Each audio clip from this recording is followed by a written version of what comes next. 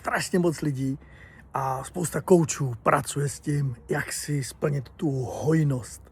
A většina se zabývá jenom penězma, ale mně přijde, že prostě je mnohem důležitější mít například hojnost lásky, hojnost přátel, nebo třeba taky hojnost času sama na sebe, a nebo taky prostě hojnost takových magických chvil, který máme v životě, takových těch jemných osobních chvil, takových těch hlubokých míst v tom životě, kvůli kterým vlastně nakonec jako žijeme. A když se podíváme na ty splněné přání, tak já, když si něco jako přeju, tak já vlastně zároveň vytvářím ten pocit toho, že to nemám.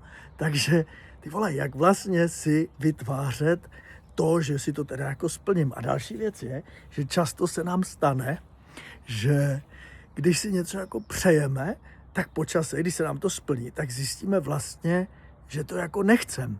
A spousta lidí pak říká, splněný přání, to není pro mě, já jdu jenom po tom, co mi Bůh dá a tedy prostě. A moje zkušenost je, že když se díváš na to, co opravdu si přeješ v tom životě a začneš si to splňovat, tak je to vlastně velmi silný duchovní rozvoj, protože ty, aby si změnil něco, co máš a dostal si se k něčemu, co si jako přeješ, tak vlastně musíš dát na stranu všechno, co tě v tom brání, aby si to splnil.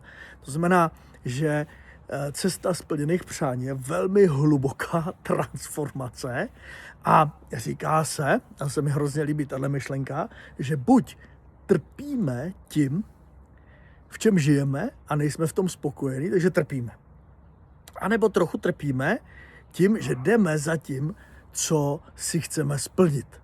A proč si nesplnit rovnou to nejlepší, jako časovou svobodu, bezpečí, lásku, partnerství? A možná se mi teď někdo zeptáte, jak si najít prostě takového partnera, jak si najít správný místo pro bydlení, jak si najít takový ten klid v životě, zdraví a tedy. No, to je správná otázka. Vy nejdřív musíte vědět, co chcete, a pak vytvořit takový jednoduchý klid. Jako ne, že už to mám. To je taky jasný. To spousta lidí učí, že už to jako mám. Teď si to jako představím, že už to mám. A ty potřebuješ ještě za to. Jo. To je teď ten hack, který vám dávám novej. Myslím si, že to pak bude teď přebírat spousta lidí ode mě. Ale princip je ne, že jenom, že už to mám, ale že už je ti to jedno. Jakože, jak se cítí lidi po 5 letech partnerství? Je to taková pohoda. Už to není téma. No a jakmile dostaneš do sebe ten pocit, že to není téma, tak se ti to většinou automaticky splní, protože už je ti to vlastně určitým způsobem jako jedno. Jenomže do tohohle se ho dostat, to je strašně moc těžký. Já si musím nejdřív představit, jaký to bude, když to mám.